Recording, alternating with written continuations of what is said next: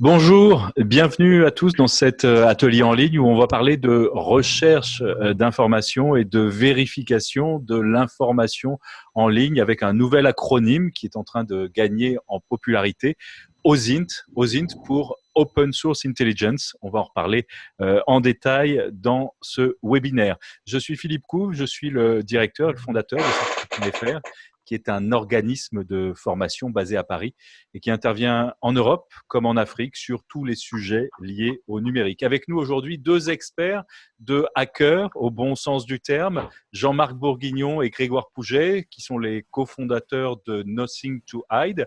Confinement oblige, vous n'êtes pas au même endroit, messieurs. Bonjour Jean-Marc. Bonjour Philippe. Je suis confiné sur Orléans. Voilà. Tout va bien? Oui, ça va, ça va. Salut Grégoire. Et toi, tu es où? Salut Philippe, moi je suis confiné vers Guy Môquet à Paris. On va faire plus ample connaissance avec vous dans quelques instants. Avant cela, deux infos essentielles. La première concernant le déroulement et le fonctionnement de cet atelier. Et puis la deuxième sur une réduction qu'on vous propose, comme c'est devenu la coutume, à vous qui suivez cet atelier sur la formation proposée par Nothing to Hide avec samsa.fr. Alors, sur les aspects pratiques de cet atelier, on part sur 45 minutes de présentation avec vous deux, Jean-Marc et Grégoire, et ensuite vous répondrez aux questions des participants pendant 15 minutes. On va donc essayer de faire tenir l'exercice en 1 heure. Pour poser vos questions, vous qui nous écoutez, vous avez un bouton ou un bouton converser sur votre écran.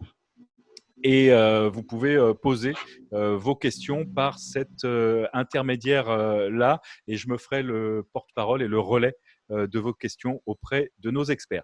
La deuxième info concerne la formation professionnelle que nous avons développée avec Nothing to Hide et avec nos deux experts du jour, une formation sur la recherche avancée d'informations et la vérification d'infos en ligne, notamment à destination des journalistes.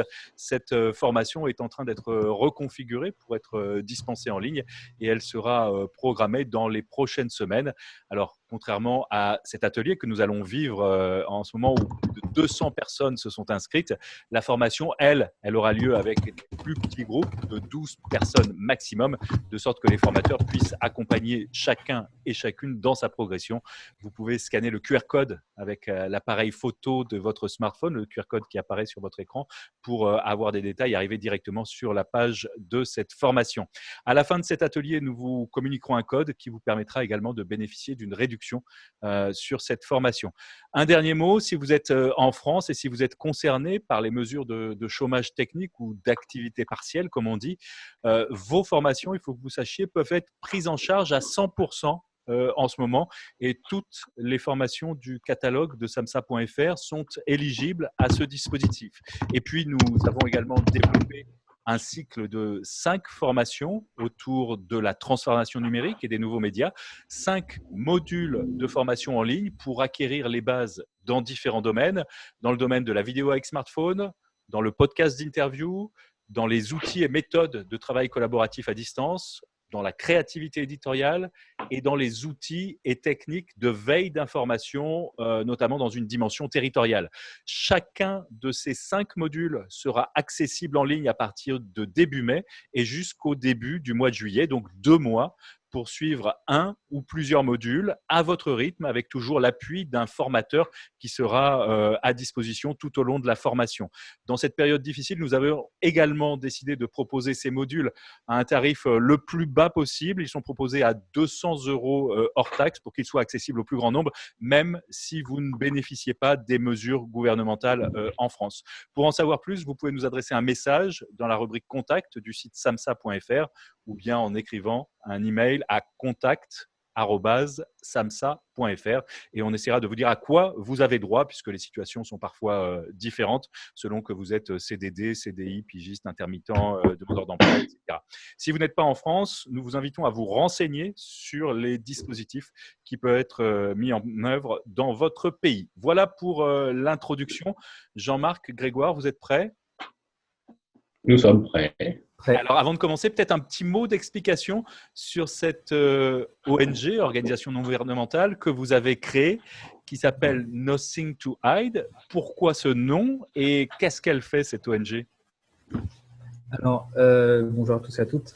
Donc, Nothing to Hide, évidemment, c'est un nom un peu ironique, puisque le mandat principal de notre asso, c'est d'expliquer comment protéger ses communications et ses données. Et plus largement, on travaille également sur tous les outils technologiques qui permettent d'accéder à l'information. Et l'OSINT, la recherche d'informations en ligne, en font partie. Alors, On travaille OSINT, justement, cet acronyme, je ne sais pas si on entend, oui, OSINT, cet acronyme qu'on entend de plus en plus, comment on pourrait définir ce qu'il recoupe en fait? Alors, l'OSINT, en fait, c'est l'acronyme de Open Source Intelligence. C'est pour les journalistes qui sont présents, c'est jamais que quelque chose d'assez ancien, c'est l'accès aux sources ouvertes et comment on exploite ces sources ouvertes. Sauf que donc avec l'arrivée d'Internet, il y a de plus en plus de sources ouvertes en ligne et l'OSINT, ça consiste à aller creuser, fouiller Internet pour accéder à ces sources ouvertes. On a les bases pour commencer. Je rappelle à ceux qui nous suivent qu'on attend vos questions dans le chat de ce Zoom. Et puis, je vous laisse la parole, messieurs, pour nous expliquer ce qu'on peut faire en matière de recherche et de vérification d'infos avec ces outils et méthodes OSINT. D'accord, merci. Je vais pouvoir partager. Hop.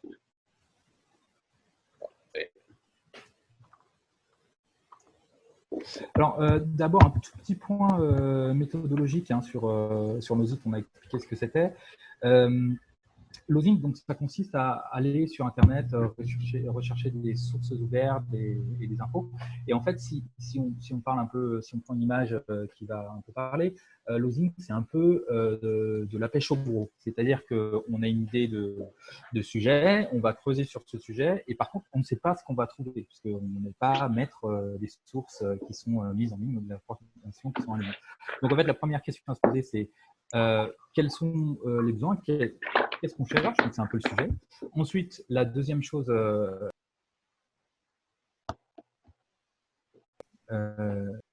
les données qu'on peut trouver sur Internet, justement avec des outils qu'on va aborder tout de suite. Ensuite, la troisième étape… Grégoire, ouais. Je crois qu'il y a Philippe qui parle, mais on n'entend pas.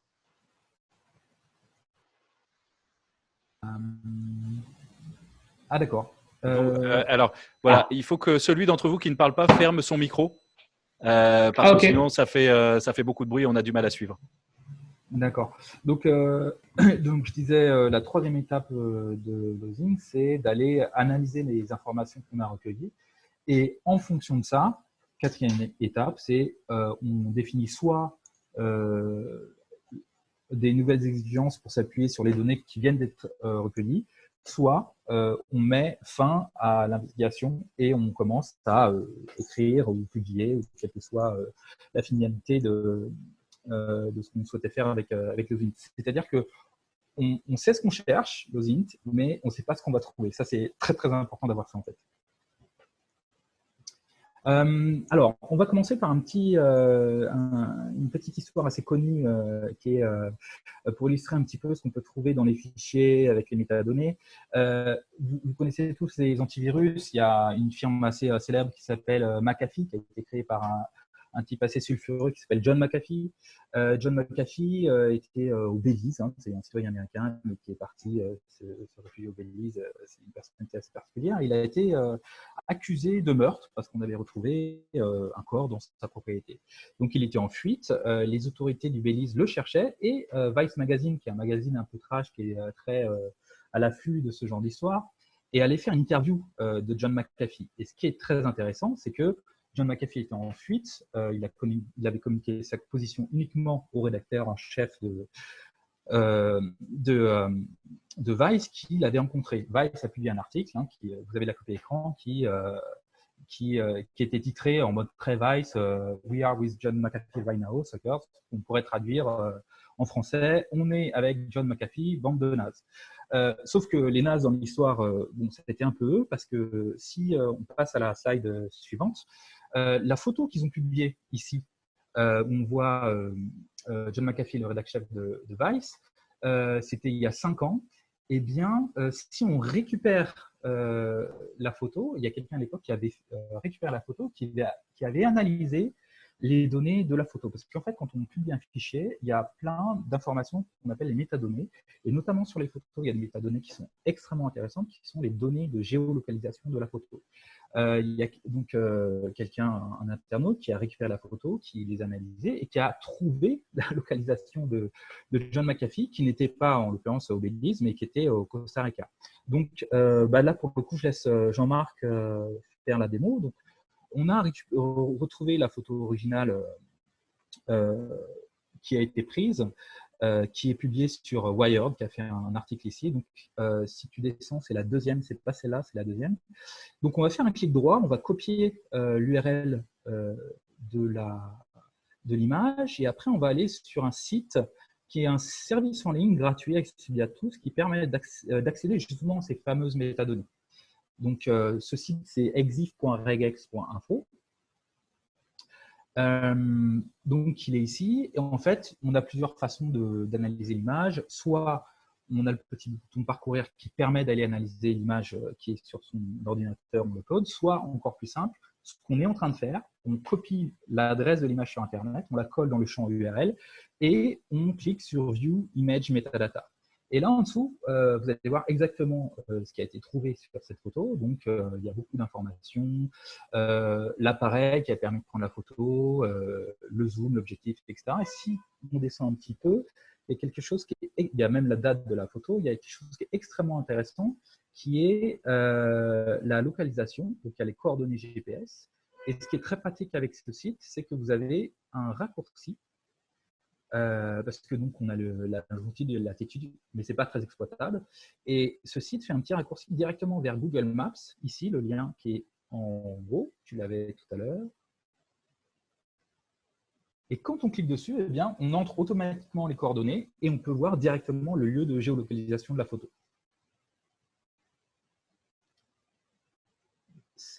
Descends tout petit peu, tu l'avais. Hop, voilà.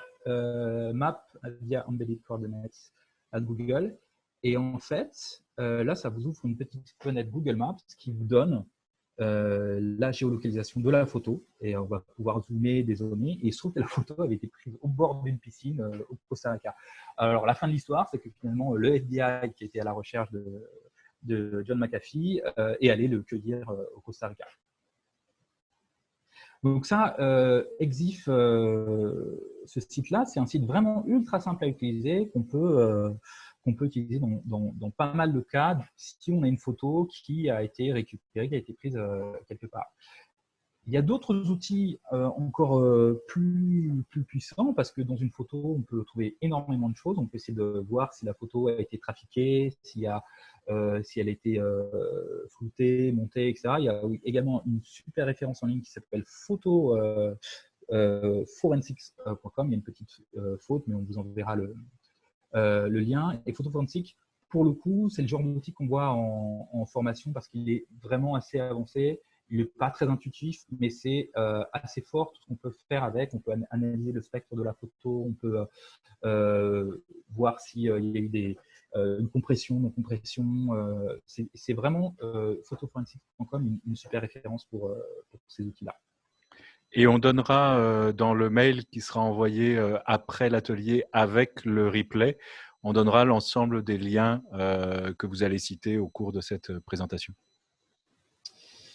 Et donc, j'en profite pour faire une petite transition pour donner la parole à Jean-Marc. Donc, ça, c'est le genre de choses qu'on peut trouver avec les métadonnées d'un fichier, d'une image en l'occurrence, et des outils qu'on utilise au quotidien, type Google Maps, etc. Et donc là, je laisse la parole à Jean-Marc pour ce qui est de l'utilisation de Google Maps pour une autre photo, parce que avec le contexte de prise de vue d'une photo, sans parler des métadonnées, on a également énormément de choses qu'on peut trouver à partir d'une image.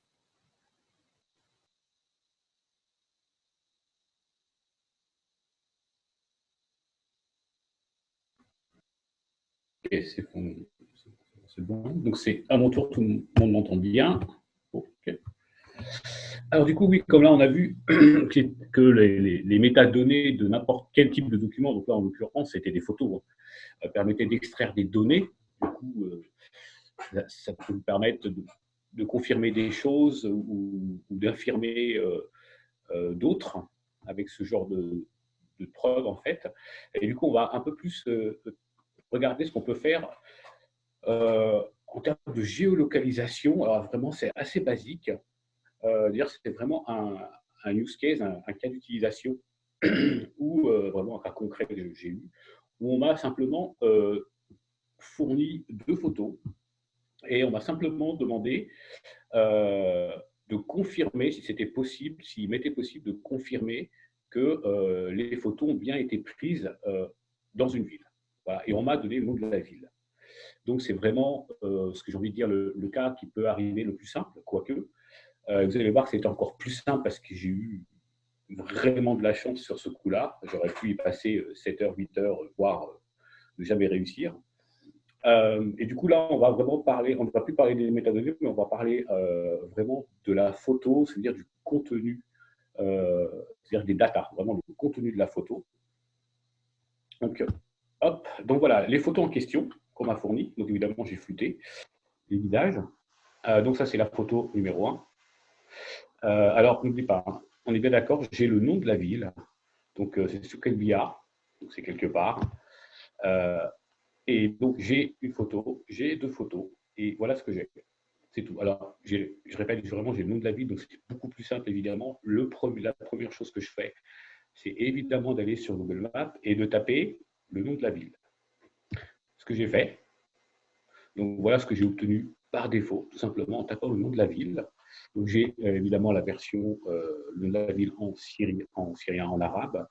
Et alors regardez bien à gauche la photo de présentation que Google Maps utilise. Et si je reviens un petit peu en arrière, en haut à droite de la photo, je vois un petit bout de dôme, parce qu'évidemment la photo, je l'ai à minima étudiée, voire beaucoup étudiée, pour me servir des repères visuels qu'il va y avoir. Donc là, on voit, j'ai un bâtiment et j'ai un dôme. Et quand je vous dis que j'ai eu une chance monstrueuse, la seconde photo, la seule chose qui peut me servir, c'est les palmiers. C'est vraiment la chose qui saute visuellement en premier. Et donc, quand je dis que j'ai eu vraiment de la chance, le dôme rouge, c'est le premier truc qu'on voit que Google me présente à gauche. Et du coup, ça a été vraiment très très simple de dire, bah, au moins la photo, je sais que elle a été prise pas très loin, si c'est la bonne ville. Là, je n'ai pas encore de confirmation du tout. Et donc, en passant avec la vue satellite, ce qui me permet d'avoir une vue un petit peu de la zone au-dessus, très très très vite, j'ai pu remarquer juste en dessous du dôme un bâtiment, un bloc blanc qu'on voit, qui est dans une espèce de zone entourée de murs, et en face, une rangée de paniers, donc c'est vraiment très très simple. Et ensuite, après, je superpose en fait ma photo pour essayer de voir les correspondances éventuellement. Et après, très très vite, alors là, on voit pas, je pense qu'on voit un petit peu les traits quand même, mais en fait, je fais tout simplement une correspondance et vraiment, on peut voir l'immeuble, il y a 2 surmontoirs en haut et sur la vue satellite, on voit bien qu'il y a un immeuble avec 2 gros blocs au-dessus, très très simple. Et du coup, quand on arrive à peu près à se dire, ok, c'est cet immeuble-là, on essaye de voir l'angle par rapport avec le dôme qu'il y a derrière. Voilà, comme on sait que le dôme de la mosquée est derrière, on peut à peu près voir l'angle de la photo. Et ça, c'était, voilà. Moi, j'ai supposé au départ que c'était là. Et en fait, la photo 2 m'a réellement confirmé que effectivement, c'était bien là, parce qu'en arrière-plan, en fait, ils ont pris une photo vers le nord et ensuite vers le sud. Et la seconde photo, à part les paniers, je n'avais rien d'autre. Et en fait, la photo 2 m'a permis vraiment de valider la photo 1, en fait. Parce que si j'avais eu, d'ailleurs, la suite c'était là, la confirmation de la prise de photo, la photo 1 est beaucoup plus probante. J'ai plus de points de vérification sur lesquels je peux me fier, notamment j'en avais 2, j'avais l'immeuble plus le dôme, ce qui fait beaucoup. Et en plus, sur l'immeuble, j'avais 2 promontoires en béton. La photo 2 m'a permis de confirmer la photo 1. Sur la photo 2, je n'avais pas suffisamment de points pour valider toute seule. Si j'avais eu que la photo 2, je n'aurais pas pu faire grand-chose, en fait, tout simplement. Donc voilà. Et là, vraiment, c'est un cas d'utilisation très très simple, très basique, avec beaucoup de chance. Voilà. Et donc, qu'est-ce qu'on a utilisé comme outil? Pas grand-chose, on a juste utilisé Google Maps en fait, et surtout un petit peu regarder dans le détail le contenu des photos pour pouvoir juste valider une information qu'on a eue. Donc là, on est vraiment dans la vérification, on n'est pas dans la recherche. Si je n'avais pas eu le nom de ville, si on m'avait juste dit le pays, j'aurais passé énormément de temps. Énormément de temps. Donc voilà un cas d'usage très très simple, d'outils vraiment très basiques. Je rajoute aussi que, donc là, c'est un exemple avec Google Maps, mais il y a plein d'autres outils type AccuWeather.com, qui est un site qui permet de voir quel temps il faisait, à quel endroit, à quel jour et quelle heure, ce qui est extrêmement utile pour vérifier la véracité d'une prise de vue. Qu'est-ce qu'il y a d'autre comme site? Il y a aussi des sites qui vous permettent de voir l'éclairage, l'ensoleillement. Oui, l'azimut du soleil, selon l'heure. Et il y a aussi le site qu'on s'était servi en frontière syrienne pour le projet Wi-Fi qui permettait de voir, c'est-à-dire que la map d'un endroit, c'était OpenStreetMap, c'est basé sur OpenStreetMap, mais avec le relief sur 20, 30 km, 60 km, 100 km, et on voit vraiment le relief et on peut tirer des points de vue, etc. Et ça, ce sont des outils qui sont accessibles en ligne, plus ou moins complexes à utiliser, souvent, mais ça se fait assez bien. Donc voilà, vraiment sur ça. Ouais, il y a même des outils parce que Google Maps, c'est quand même déjà très bien fait, mais il y a des outils qui vous permettent d'avoir plusieurs fenêtres, qui agrègent plusieurs fenêtres de Google Maps, qui vous permettent de vous balader plus facilement dans une rue, de voir plus facilement les repères visuels de prise d'une photo pour justement voir où a été prise la photo, comme vient de le montrer Jean-Marc. Donc Grégoire, je te laisse pour la suite. Ok. Alors, justement, dans les outils qu'on utilise tous les jours, il y a Google Maps, mais il y a également Google. Alors, j'imagine que tout le monde dans ce webinaire connaît Google. Par contre, il y a une fonction avancée de Google qu'on appelle les Google Docs, en fait, qui consiste à utiliser des opérateurs avancés de recherche dans Google. Alors, des opérateurs avancés, il y en a plusieurs. C'est-à-dire qu'on peut spécifier le type de recherche qu'on souhaite faire. Est-ce que c'est dans un site précis? Est-ce que c'est un type de fichier précis? On peut également mixer des opérateurs. Je veux une chaîne de caractères précise. On peut exclure des opérateurs. Je veux tous les sites qui parlent de cette chose, mais pas de ce sujet-là. En fait, ça va assez loin et il y a des sites qui proposent véritablement des bibliothèques de dork qui sont un peu des astuces de recherche. Alors là, je vous en ai mis deux assez simples qui sont un peu cachés dans la présentation. Ouais, Jean-Marc, on a un problème. Il y a une fenêtre devant la présentation qui apparaît en grisé pour nous. Parce que tu n'as dû pas partager ton desk, mais tu as dû partager seulement une fenêtre. Donc peut-être qu'il faut que tu arrêtes le partage et que tu le relances parce que là, on ne voit pas, nous, on n'a que des carrés gris. Là, c'est bon ou pas? Là, on voit la présentation. D'accord. Ouais. Donc, il faudrait que là, on voit la présentation, ouais. Ok. Donc là, je vous ai mis deux exemples de recherche un peu avancées. Si tu reviens précédemment. Dans Google. Alors, je vais les expliquer et puis après, on va les lancer. Il y a un opérateur qui est très utile qui s'appelle site 2 points. Je pense qu'il est très connu. Après, on peut spécifier le site dans lequel on souhaite faire une recherche. Par exemple, la sony.com, j'expliquerai dans 2 secondes ce que fait ce dork, ou lemonde.fr. Si je fais site 2 points, lemonde.fr et je tape Covid-19, voilà, pour parler d'actualité, je vais avoir tous les articles du monde.fr qui parlent du Covid-19. Donc, ça, c'est assez simple.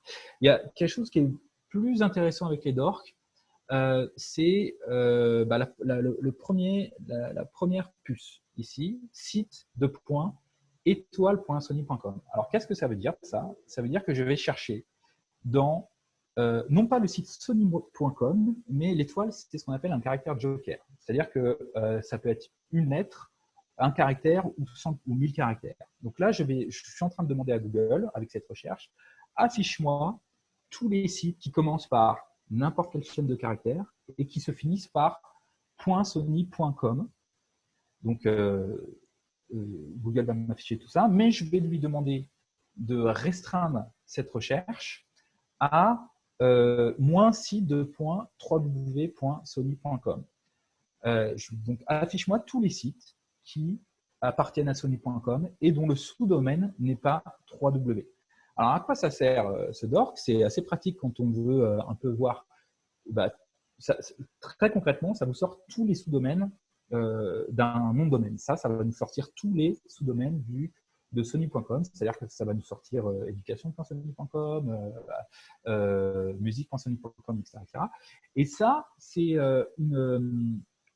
un dork Google qui est très pratique quand on… Tu le vois, Grégoire? Ouais, je vois, si vous voyez. C'est affiché, ok. Ouais, c'est un dork très pratique qui vous permet de regarder tous les sous-domaines d'une entreprise. On peut faire un dork à peu près du même style pour afficher cette fois, donc, non pas tous les sous-domaines d'une entreprise, mais toutes les extensions. Je pourrais changer ma requête pour rechercher tous les Sony quelque chose. Je ne sais pas si tu peux le faire, Jean-Marc, donc ce serait…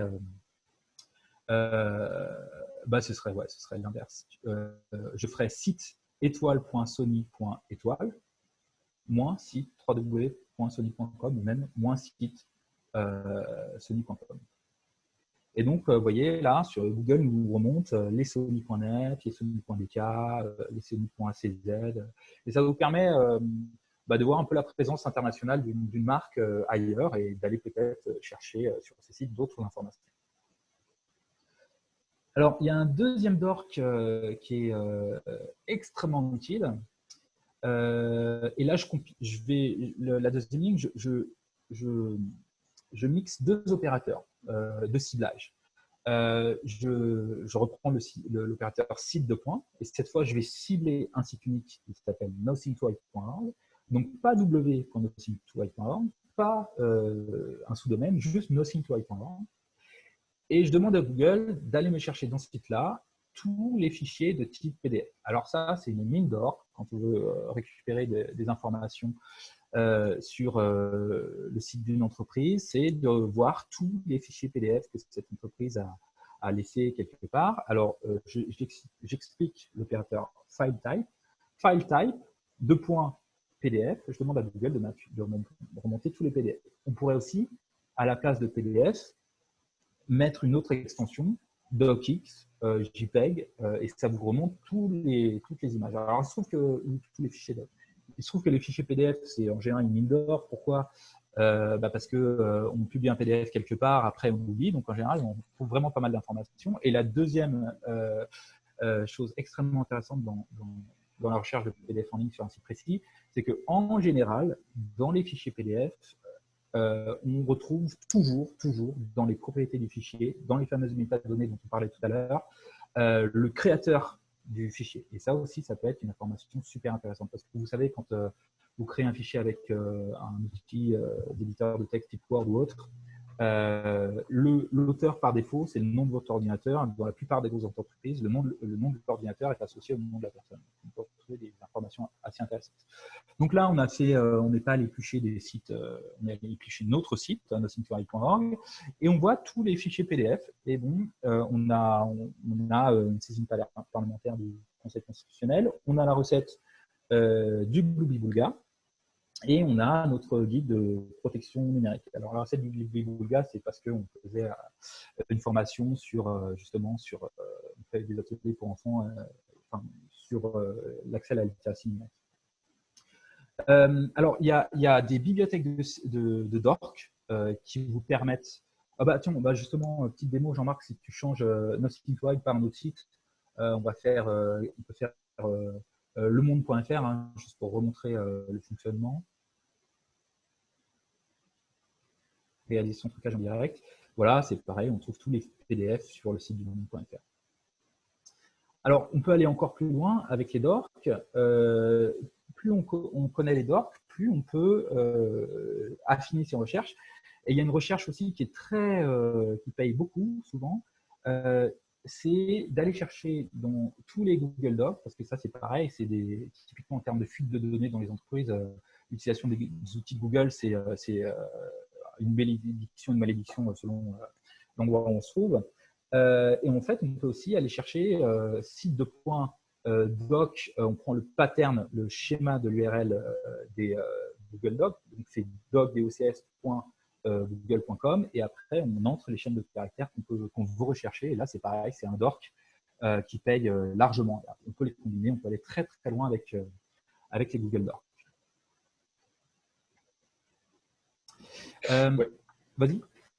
Oui, petit point à ce niveau-là, je trouve c'est important, c'est opportun de parler de ça maintenant quand on fait ce genre de recherche, en utilisant des moteurs de recherche comme ça et en voulant, par exemple, aller trouver du PDF ou des fichiers Excel ou autres.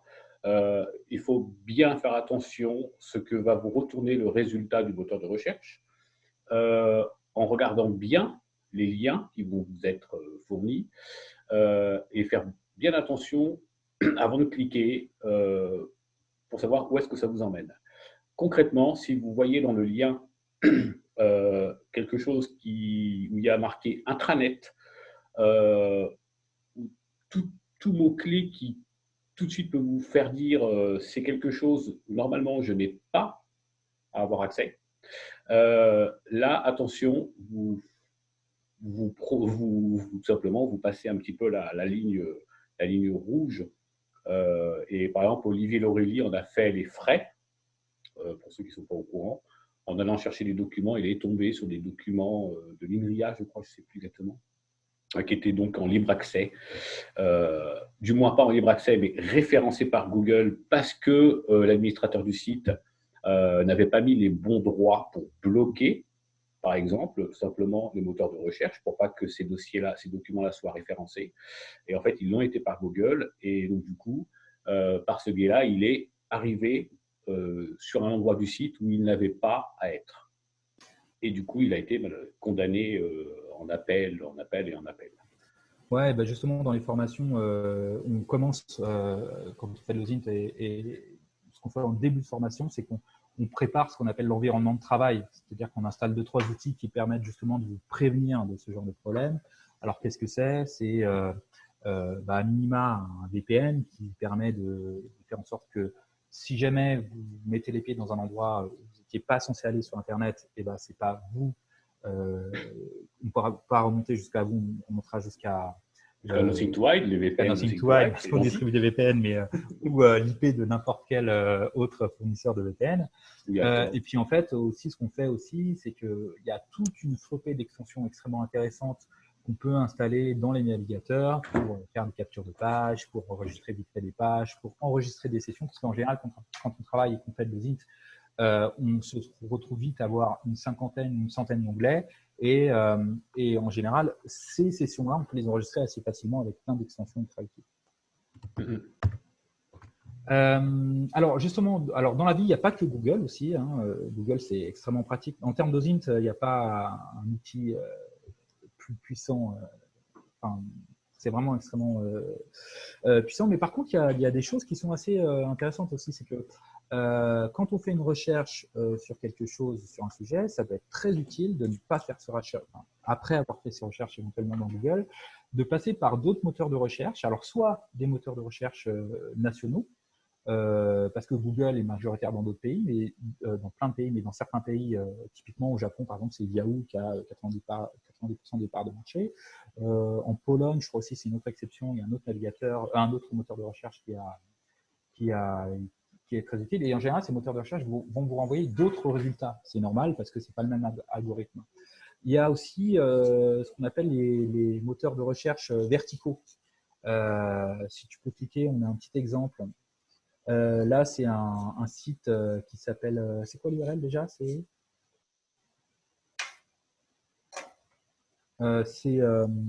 start.me, on pourra vous mettre le lien, qui liste des moteurs de recherche par type de recherche. Alors, il y a ce que vous voyez au centre de l'écran, là, si tu laisses l'écran sans scroller, on va le voir là. Tiens, remonte un tout petit peu, un truc qui est super intéressant, c'est voilà, Pastebin, Search Engine Pastebin.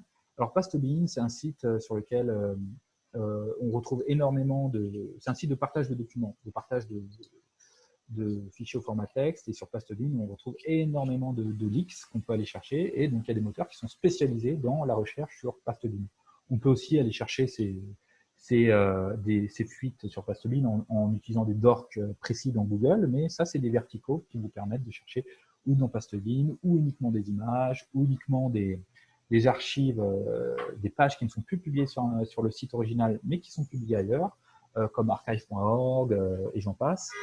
Et comme type de moteur de recherche extrêmement intéressant aussi, il y a ce qu'on appelle les metabolters. Ça, c'est quelque chose qui existe depuis le début de l'histoire des moteurs de recherche, qu'on n'utilise plus trop parce que Google répond à 97% des requêtes qu'on lui fait de manière satisfaisante. Mais l'OSINT, justement, c'est aller voir d'autres façons de chercher l'information qui sont pas en fait servis par les algorithmes standards de Google. C'est d'aller chercher l'information. L'idée, c'est d'aller chercher l'information autrement, et notamment avec des métamoteurs qui vont aller chercher qui vont aller interroger des moteurs de recherche auxquels on n'a pas l'idée de faire appel, type pas Bing, mais beaucoup d'autres moteurs de recherche qui remontent l'information qui nous semblerait moins pertinente a priori, mais qui peuvent vous amener sur des nouvelles pistes de recherche pour continuer à creuser sur Internet. On a des listes aussi de métamoteurs qu'on peut partager si besoin. Alors justement, là, je pense que c'est le moment idéal pour parler d'un tout petit souci dans l'OSINT, c'est que nous, on passe beaucoup de temps à faire de la veille, de la recherche sur ces outils-là. Donc, il y a l'outil de recherche des verticaux qu'on vous a présenté. Il y a des métamoteurs. Le problème des outils d'OSINT, c'est que ce sont des outils qui ne sont pas tout le temps pérennes. C'est-à-dire que les outils qu'on utilisait il y a 6 mois, sur 10 outils, il y en a 4-5 qui ou ont disparu ou ne sont plus pertinents parce que le service qu'ils interrogeaient soit a fermé, soit a changé sa façon d'aller chercher des informations, soit a fermé ses API.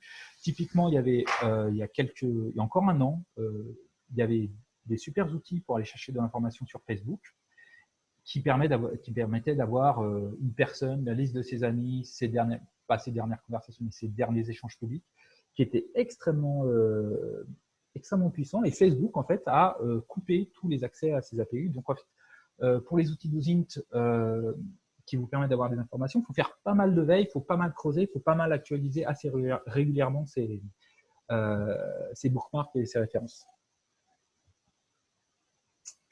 Là, je vais peut-être laisser la parole à Jean-Marc pour une autre petite démo de recherche dans laquelle il est question je fais le pitch, il est question d'un Yatch, d'un milliardaire et de Russes.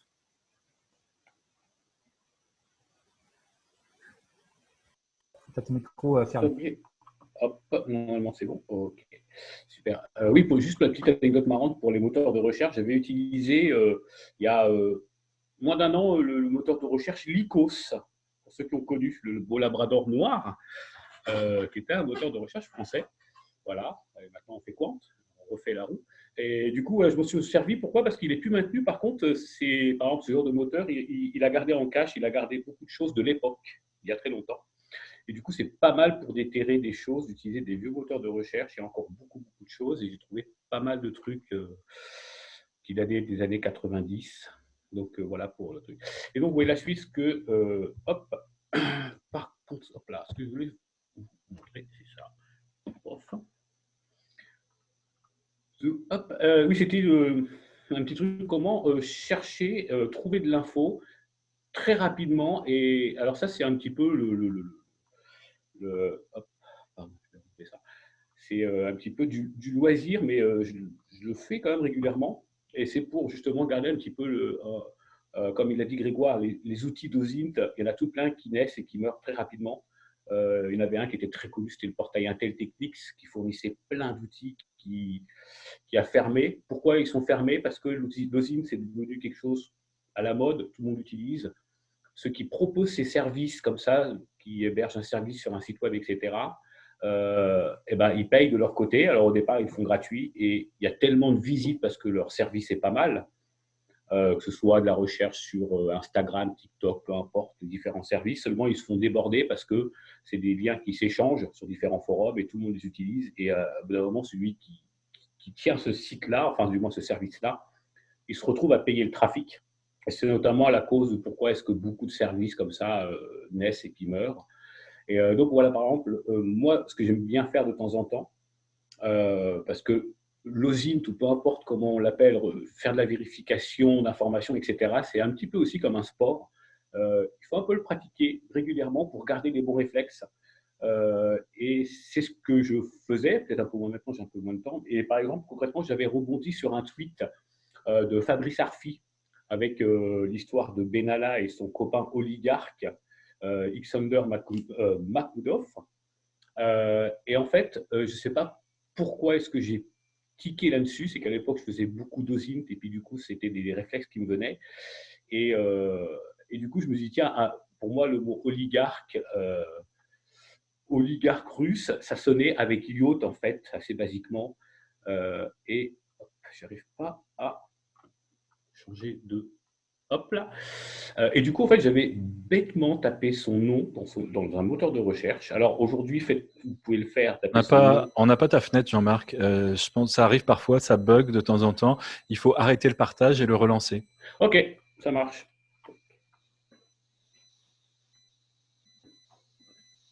Hop. Voilà, c'est bon. Ok, c'est bon. Et donc, j'avais tout simplement tapé son nom. Alors, hop, voilà. Son nom dans un moteur de recherche, enfin dans plusieurs, hein, Google et DuckDuckGo. Et effectivement, le nom de cet oligarque russe à l'époque n'était pas pollué sur les moteurs de recherche. C'est-à-dire qu'aujourd'hui, et ça, c'est bien d'en parler aussi quand on fait euh, de la vérification d'infos, etc., souvent, c'est parce qu'il y a un fait d'actualité. Et vous serez obligatoirement confronté à ce problème-là si vous allez rentrer les mots-clés dans n'importe quel moteur de recherche. Et comme c'est un fait d'actualité, vos résultats seront pollués, tout simplement. Alors, polluer, ce n'est pas péjoratif hein, du tout. C'est-à-dire que beaucoup de sites, beaucoup de médias, beaucoup de blogs, etc., sur les réseaux sociaux vont en parler, et donc c'est référencé évidemment dans les moteurs de recherche, et l'info pertinente, vous ne la trouverez pas, ou il va falloir aller la chercher très très loin. À l'époque, ce n'était pas le cas. Et effectivement, quand j'ai tapé son nom, le premier truc que ça m'avait sorti, c'était sur tout simplement ce site-là, en fait, directement. Et j'étais tombé sur un yacht, voilà, bêtement. Et je me dis, c'est marrant parce qu'à l'époque, je m'amusais beaucoup avec tout ce qui était trafic online, tout ce qui permet de tracer les avions avec soit votre numéro de vol, le matricule de votre vol, etc. Vous pouvez vous amuser à voir en temps réel les avions qui se promènent autour de la planète. Et il y a la même chose en fait sur le maritime. Et je m'étais amusé en me disant, tiens, je vais pouvoir essayer de voir son yacht, sauf qu'il n'y avait pas son matricule en fait. Mais en fait, je l'ai trouvé assez bêtement parce que le fameux yacht de ce monsieur-là, c'est un prédateur, c'est le nom. Il n'y en a pas 40 milliards, à tel point que, hop, sur Wikipédia, si vous tapez Predator, eh ben, vous voyez à la droite qu'il y a tout simplement. Alors, il y a le nom, évidemment, et il y a aussi, que je recherche à quel endroit c'était, le matricule, je ne sais plus où est-ce qu'il était. Mince.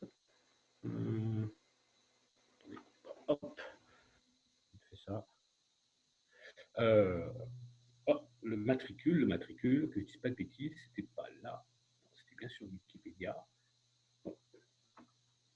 Oui, c'est sûr. Je ne sais plus où j'ai chopé le matricule, mais il me semble bien que c'était sur Wikipédia. Ouais. Pas du tout. En tout cas, le matricule. Oh, si, je vais faire. Oui, je vais faire. C'est un peu long. Hop. Bon, en tout cas, le matricule, je vais le retrouver, c'est sûr. Et en fait, voilà, et c'est typiquement ce genre de services qui sont vraiment, alors d'une part c'est marrant, et ça donne beaucoup d'infos, c'est marinetraffic, donc .com, c'est l'équivalent de Flight Radar, etc. Et donc vous rentrez tout simplement ici le matricule ou le port, vous pouvez rentrer tout plein d'informations, et ça va directement pour vous emmener. Donc là, du coup, on est bien sur le Predator de notre oligarque russe. Alors, évidemment, c'est des services payants. Il y a une version gratuite, vous allez voir, on a très peu d'infos. Par contre, on peut voir les dernières mises à jour de la position du yacht. Voilà, il y a 3 minutes à peu près. Donc, c'est les balises, en fait. Hein, tous les yachts et tout ce qui navigue a des balises. Et du coup, c'est rendu, entre guillemets, public. Et en fait, tout simplement, moi, j'avais été curieux d'aller voir ça pour une bonne raison. C'est que si on voit la live map, et en fait, dans l'article de Mediapart disait que beaucoup de juges français étaient intéressés de rencontrer cet oligarque russe parce que des liens se posaient avec la mafia. Et du coup, en allant sur Marinetraffic, je me suis rendu compte qu'il allait très régulièrement en France parce qu'il était, hop là, son port d'attache n'est pas très très loin. Donc on peut le voir ici. Alors, en ce moment, il est là. Voilà, si je vais zoomer, je ne sais pas si vous voyez bien. Là. Voilà, par exemple, il est ici. Ça, c'est son yacht. Donc là, c'est celui-ci. C'est celui-ci. Voilà. Et il va régulièrement en France, notamment à La Ciotat, parce que c'est là qu'il va régulièrement soit faire le plein ou réparer, etc. Alors attention, typiquement, voilà, ça, on est dans le genre d'information qu'on obtient. À aucun moment, je peux dire que l'oligarque est dans le bateau. On est bien d'accord. Et là, on est bien d'accord, c'est les limites qu'on peut apporter, que je peux apporter là. Je sais que son bateau, il fait régulièrement cet endroit-là jusqu'à La Ciotat. Hop, on n'est pas très très loin, un petit peu, mais je ne peux pas dire, je ne peux pas confirmer que l'oligarque est bien à l'intérieur. Par contre, il vient régulièrement hacker en France, clairement. Voilà. Et puis après, pour l'anecdote, vous pouvez voir qu'il a été acquis. Hop, c'est ici, pardon. Hop, il a été acquis. Ah oui, il est sous pavillon. Je ne sais plus. Des îles Un endroit où Caïmans. on fait du offshore, des îles Caïmans, voilà. Et alors ça, à l'époque, je me souviens, ça m'a pris 10 minutes maximum. Donc c'est vraiment avoir la curiosité, la réactivité et s'amuser surtout. Et puis au bout d'un moment, on connaît les outils et on a des réflexes. En fait, c'est plus ça aussi, c'est un petit peu d'être sur le qui-vive. Et voilà. Mais par contre, on est bien d'accord qu'à aucun moment j'ai résolu quoi que ce soit. Je ne peux pas dire, donc je répète, que cet oligarque est dans le bateau, c'est juste son bateau qui se promène, tout simplement. Et on peut faire la même chose sur son jet privé, parce que évidemment, sur ce site qui s'appelle yachtfan.com, et ben vous pouvez voir qu'il y a aussi son jet privé et vous pouvez faire exactement la même chose sur son avion. Donc tout ça, c'est l'utilisation en fait de tout plein de services. Ouais, c'est un complément, l'OSINT. Hein. C'est pas un truc. Ah oui. C'est vraiment, faut vraiment le prendre comme un complément à d'autres outils. Quoi.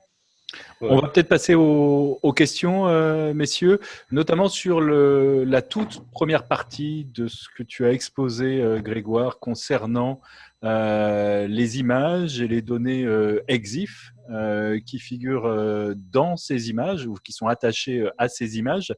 On nous pose la question de savoir si la photo est modifiée, quid des métadonnées, et j'en rajouterais, est-ce qu'on peut les supprimer ou est-ce qu'on peut les tronquer ? Ouais, alors oui, aucune méthode en OSINT n'est infaillible, hein, ça ne fait que donner des indices. Et en effet, les métadonnées, si moi je rouvre une image, je peux aller modifier les métadonnées, soit avec un outil d'éditeur d'image, soit les effacer. On ne gagne pas à tous les coups. Il faut faire très attention à ça. Les images qui sont diffusées sur les réseaux sociaux, souvent les métadonnées disparaissent ?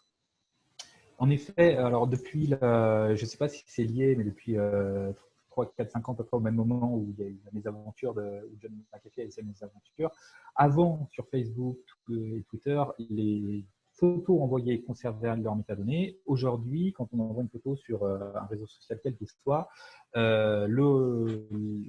outils, la mécanique du réseau social suppriment les métadonnées justement pour aussi des histoires de confidentialité de leurs utilisateurs, parce que sinon, il y aurait vraiment beaucoup trop de problèmes. Alors, on nous demande à plusieurs reprises si ça serait super qu'il y ait un replay. Donc, oui, il y aura un replay. Toutes les personnes inscrites vont recevoir le lien vers ce replay dans les heures qui viennent pour pouvoir le consulter. Peut-être une demande de précision sur ce que vous avez présenté à travers les Google Docs, c'est-à-dire ces recherches avancées, ces recherches expertes sur Google. Ça permet donc d'accéder à des documents auxquels parfois on n'a pas le droit d'accéder, c'est ça, mais ça dépend en fait des législations nationales. C'est vraiment une zone grise, hein. C'est-à-dire qu'on n'a pas le droit d'accéder à ces documents, mais si on accède libre sur Internet. Est-ce qu'on peut être accusé d'intrusion dans un système d'information Oui. Bah maintenant, oui. Hein. Il y a une En jurisprudence. France, en France, en tout cas, ouais. En France, il y a une jurisprudence maintenant, oui. Mais en même temps, ces documents sont librement accessibles sur Internet. C'est pour ça que quand on fait de l'OSINT et quand on va gratter Internet un peu fort, il vaut mieux prendre quelques petites précautions d'usage, notamment pour ces Tor ou VPN ou d'autres choses. Alors justement, à propos du VPN, il y a une question. Quel VPN vous recommandez pour enquêter sur le web? Alors, il n'y a pas de bon ou de mauvais VPN. La première chose, déjà, il faut. Si, il y en a des mauvais. Oui, il y en a des mauvais. Il y en a des très mauvais. Les très mauvais, ce sont ceux qui sont gratuits. N'utilisez jamais un VPN gratuit parce que en ce bas monde, rien n'est gratuit. Les gens qui mettent à disposition des services VPN gratuits ne le font pas parce qu'ils vous aiment, mais ils le font pour surveiller votre surf. Parce que ce qu'il faut bien comprendre, c'est quand on utilise un VPN, c'est comme si on avait quelqu'un derrière notre dos qui regardait tout ce qu'on fait, parce que c'est un point on redirige tout notre trafic vers un endroit. Et à cet endroit, la personne peut accéder à tout votre trafic. Donc, le business model des VPN gratuits, c'est qu'ils vendent ces informations et tout ce que vous faites, votre fournisseur de VPN peut le voir. Ne prenez pas un VPN gratuit. Prenez un VPN payant ou un VPN gratuit de personnes que vous connaissez, en qui vous avez confiance. Et après, en payant, il y en a quelques-uns qui sont un peu au-dessus. C'est compliqué, il faudrait qu'on cite plusieurs marques pour le coup, parce que c'est du business, donc c'est un peu compliqué, mais il y en a opinions sur rue qui sont bien. Il y a VPN. On avait publié un tweet avec un comparaison, un comparatif. Il y a Astril qui est bien, NordVPN revient souvent parce qu'ils font beaucoup de trucs, mais bon, voilà. Hide My Ass, il y en a un à éviter payant, c'est Hide My Ass VPN. C'est le vrai nom. On va mettre tous ces liens dans le mail qui sera envoyé avec le replay à tous les participants. Toujours sur cette question de la sécurité, est-ce qu'il y a des risques lorsqu'on se lance dans la vérification d'informations? Et si oui, lesquels? Alors, on l'a un peu évoqué déjà, les risques légaux. Hein. Oui, et puis surtout, il y a aussi le risque de se tromper, évidemment. C'est même pas du faux positif. On peut très bien...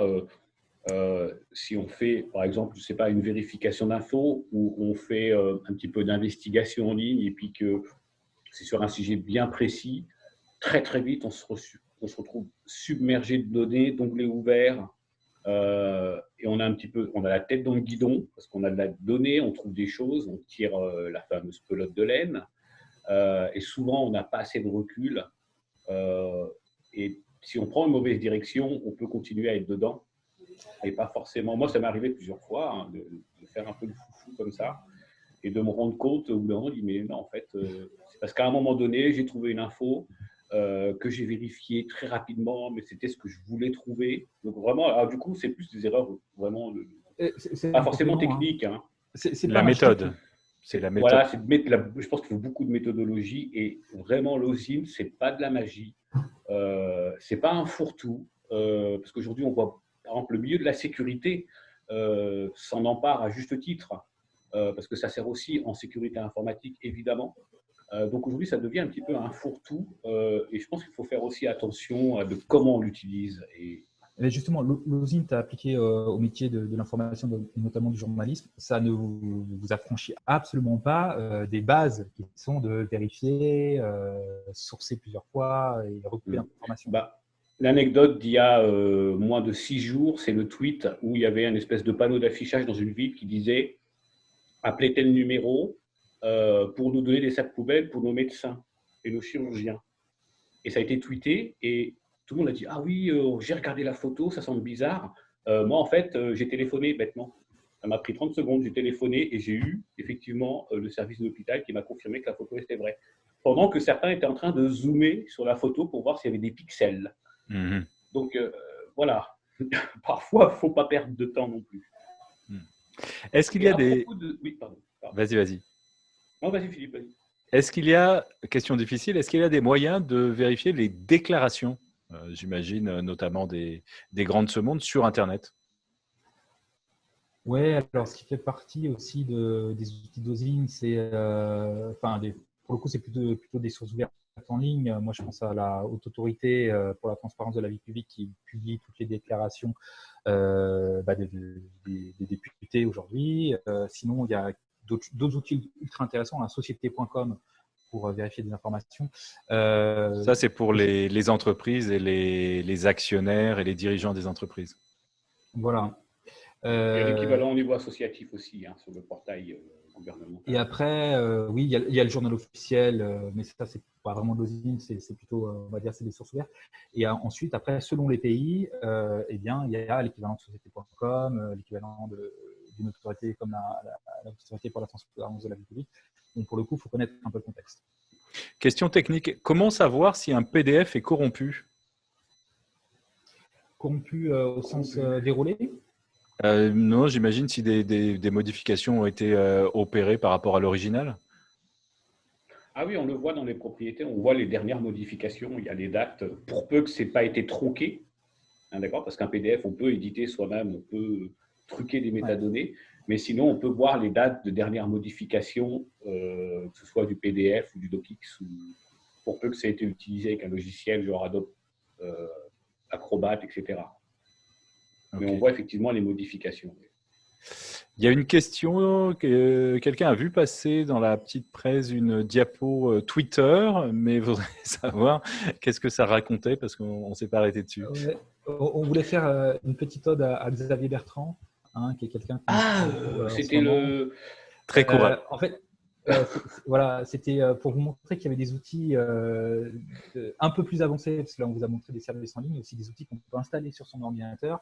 Et là, je voulais faire montrer une petite démo. C'est un outil qui s'appelle Tweet Analyzer, qui prend les 1000 derniers tweets d'un compte et qui vous dit où est-ce qu'il tweet le plus souvent, quels sont les hashtags les plus utilisés, avec qui il tweet, il échange, quelles sont les sources qu'il cite le plus souvent et à quelle heure il tweet le plus, ce qui est assez intéressant. Un gros tweetos comme Donald Trump, par exemple, ça pourrait être… Alors, Donald Trump, je lancerai, je le publierai en ligne. Je ferai un petit tweet avec Nothing to Hide. Donc là, on peut voir par exemple concrètement que Xavier Bertrand, du moins la personne qui gère le compte Twitter de Xavier Bertrand, n'a pas désactivé la géolocalisation sur ses tweets. Donc, on peut voir aux endroits qu'il tweet, tout simplement. Est-ce qu'on pourra avoir la présentation aussi nous demande-t-on, celle que vous venez de nous présenter? Oh oui. Oui, on la partage avec plaisir, parce qu'en fait, ce qu'on fait chez Nothing to Hide, c'est que tous nos supports de cours, la plupart, 99%, on les met en ligne librement sur notre site slide.nothingtohide.org. Alors justement, c'était la question, quels sont les sites ou les communautés pour s'initier à l'OSINT en français ou en anglais? Alors chez Nothing to Hide d'abord? Oui, chez Nothing to Hide, on peut… Nous, on a une approche très grand public, c'est-à-dire qu'on peut aller très très loin dans l'OSINT. Nous, on a une approche très grand public, on peut creuser un peu plus loin, on peut parler d'outils un peu plus évolués, mais on essaie de rendre l'OSINT abordable. Il y a d'autres communautés, notamment une association très bien, qui s'appelle Open Facto, qui fait de l'OSINT, mais pour le coup, c'est quelque chose d'un peu moins accessible. Il faut être un peu geek, il faut installer des outils un peu compliqués. Et je sais qu'Open Facto, ils ont un Discord, une sorte de forum pour les moins de 30 ans, sur lesquels ils publient énormément de choses intéressantes. Oui. Donc, faites une recherche sur Discord Open Facto, vous allez trouver une super communauté aussi. Il y a aussi beaucoup de ressources chez Bellingcat. Alors, il faut dire un mot de Bellingcat, de ce que c'est, et des enquêtes qu'ils mènent et des outils qu'ils mettent à disposition ou des méthodes. Grégoire, vas-y. Alors Bellingcat, je ne sais pas trop quel est leur statut, mais c'est une structure qui a commencé au Royaume-Uni et c'est une espèce de communauté qui a, on va dire, c'est presque eux qui ont inventé l'OSINT. Bellingcat, si vous allez sur leur site, ils publient des choses extrêmement intéressantes qui sont des guides. D'ailleurs, nous, on n'a rien inventé, on a beaucoup pris des informations sur Bellingcat. Ils publient des guides et ils publient aussi des enquêtes assez avancées sur comment ils arrivent à retracer le parcours d'une personnalité en analysant toutes ces photos Instagram. Et l'intérêt de Bellingcat, c'est que donc il y a un noyau dur, ils vendent des formations aussi sur l'OSINT qui sont, je pense, peut-être les meilleures aujourd'hui, les plus avancées en tout cas. Et ils ont la chance de bénéficier d'une énorme communauté. Et c'est-à-dire que quand ils ont une enquête à lancer, souvent ils sollicitent leur communauté et qui arrivent à fouiller Internet de photo en photo, etc. Parce que aussi, quelque chose qu'il ne faut pas négliger, c'est que l'OSINT, ça prend un temps monstrueux. Et Bellingcat a cette communauté qui permet d'accélérer vraiment les enquêtes de type OSINT. Donc, Bellingcat, allez faire un tour sur leur site. Et en plus, ils ont beaucoup de ressources, ils ont des méthodologies. Et le fait d'aller lire régulièrement, de temps en temps, leurs articles, ça donne des idées. Juste l'idée d'avoir une base de données de photos d'habits militaires, par exemple, de tous les pays possibles et de toutes les forces de chaque pays, savoir quel militaire s'habille de telle façon, etc., tel tri, telle couleur de treillis, ça peut paraître fou. Mais quand on tombe sur une photo, je ne sais pas, au fin fond de l'Afghanistan, avec 3 militaires et puis avec des treillis différents, mine de rien, le fait d'avoir des gens qui maîtrisent ça, et il y en a vraiment, et de pouvoir avoir des contacts avec eux, ça peut vraiment aider dans beaucoup, beaucoup de cas. Et là, je parle vraiment qu'un cas précis, tri militaire, etc. Il y a aussi sur les obus, sur les chars, sur des gens qui font des… On a compris un peu le côté extrêmement pointu de Bellingcat. Oui. On a encore toute une série de questions auxquelles je vais essayer de vous demander de répondre assez rapidement, mais qui sont très pratiques. Si on ouvre une fenêtre privée avec Tor, est-ce que c'est aussi bien qu'un VPN payant? Alors, si on utilise Tor, ça veut dire qu'on utilise Firefox, qui est inclus dans Tor, c'est le Tor browser. Donc, l'intérêt d'ouvrir une fenêtre avec navigation privée, je ne la vois pas trop. Voilà. Il ne faut pas confondre, je pense qu'il faut pointer, parce que beaucoup de gens font l'erreur. La navigation privée, elle est privée pour votre ordinateur, elle n'est pas privée au sens du tracking des endroits où vous naviguez. On ne pourra pas retrouver sur votre ordinateur les traces de votre navigation, mais sur les serveurs sur lesquels vous allez, on peut retrouver ça.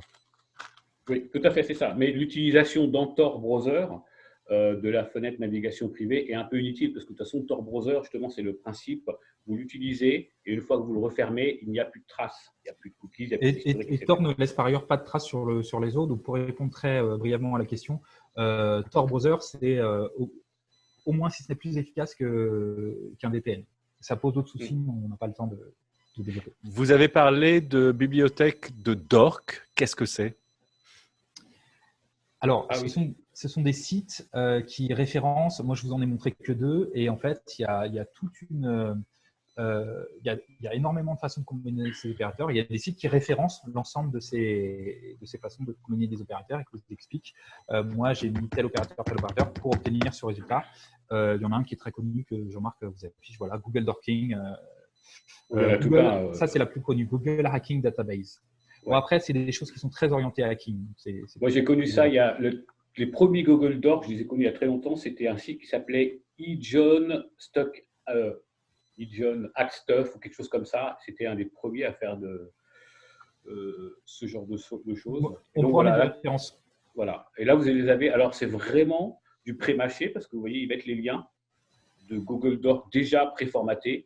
Et si vous cliquez, ça va lancer évidemment le truc qui va bien. Alors, question très pratique. Est-ce que vous pouvez nous expliquer en termes simples ce qu'est un VPN? Oui, alors d'ailleurs, c'est pas mal. Qu'est-ce que c'est que ça? Je me cache. Alors, un VPN, l'acronyme, c'est Virtual Private Network. Alors, ce qu'il faut juste vraiment pour vulgariser la chose, c'est un tunnel, tout simplement. C'est un logiciel. Alors là, on parle de logiciel. Il y a aussi des VPN matériels, mais on n'en parle pas. Ça va être un logiciel que vous installez concrètement sur votre ordinateur ou sur votre smartphone, qui va créer un tunnel entre votre appareil et un autre endroit, un autre ordinateur sur Internet. Ça va créer un tunnel sécurisé et tout votre trafic va passer dans ce tunnel, tout simplement. Et évidemment, le premier effet, c'est que ça protège vos communications. Toutes vos communications qui sortent de votre ordinateur ou de votre smartphone vont être chiffrées dans ce tunnel jusqu'à l'ordinateur de sortie. Du coup, ça rend aveugle tous les intermédiaires, c'est-à-dire si vous êtes chez vous en Wi-Fi connecté à votre box, votre trafic il va rendre aveugle votre box, c'est-à-dire que votre box elle s'en fiche, à la limite, elle répercute le tunnel et votre fournisseur d'accès ne verra plus ce que vous faites. Il verra un tunnel, mais il ne verra plus que vous allez sur Facebook ou sur Le Monde ou peu importe, jusqu'au point de sortie. Et alors ça protège vos communications, ça protège aussi donc de l'espionnage potentiel, de l'altération des données, quelqu'un qui pourrait modifier en temps réel par exemple les données, etc. Ça vous protège de ça. Et c'est vraiment très important d'utiliser un VPN quand on est en nomade, quand on prend son ordinateur, qu'on va dans différents endroits, hôtels, etc., pour éviter la captation de données dans des hôtels ou dans des lieux publics. Si vous avez un VPN, ça va vous protéger de ça. Voilà. Je ne peux pas faire plus en termes de vulgarisation que de faire imaginer un tunnel et tout le trafic passe dedans. Et du coup, si on regarde ce qui sort de votre ordinateur, on ne voit que le tunnel, mais on ne voit plus que votre activité actuelle. Ok, merci messieurs, merci beaucoup pour cet Philippe, atelier. Philippe, juste, ouais. Je te coupe 10 secondes. Est-ce que tu peux me repartager mon écran? Ah, pardon. 10 secondes. Même pas. Excuse-moi. Alors, vas-y. Je suis désolé. Hop. Boum, boum, boum. Zoom. Hop. Et du coup, comme on parlait de VPN, ceux qui savent faire une capture d'écran, je vous invite à faire une capture d'écran maintenant. Et les 3 premiers qui me tweeteront sur @nothingtohide ou par email chez nous, l'endroit où a été prise cette photo. Au moins le pays, la ville. On leur offre un VPN. On leur offre un VPN aux 3 premiers. Voilà, je vous laisse le temps de faire un screenshot. Non. Donc, je vous laisse prendre un screenshot et les 3 premiers qui nous tweeteront sur nothingtohide ou même @samsa, ils se verront offrir un VPN que nous hébergeons et que nous garantissons évidemment. Que vous avez sur vos serveurs. Très bien. Merci. Voilà, c'est fini. Merci beaucoup. Je reprends la main pour dire que la formation que vous proposez chez nous, chez samsa.fr, sur la recherche avancée d'informations, habituellement elle a lieu en présentiel, mais compte tenu des conditions actuelles, on est en train de la transformer ensemble en formation distancielle. Ça sera fait d'ici je pense quelques jours. Elle aura lieu dans les prochaines semaines. On vous tiendra au courant. Mais si ça vous intéresse, d'ores et déjà, vous pouvez nous le faire savoir. Et si vous avez assisté à cet atelier, vous pouvez bénéficier d'une réduction en nous indiquant le mot de passe OSINT pour vous inscrire à cette formation. Voilà.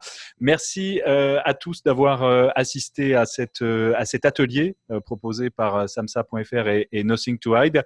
On vous fait suivre par mail dans les heures qui viennent le replay et toutes les informations qui ont été partagées dans cet atelier.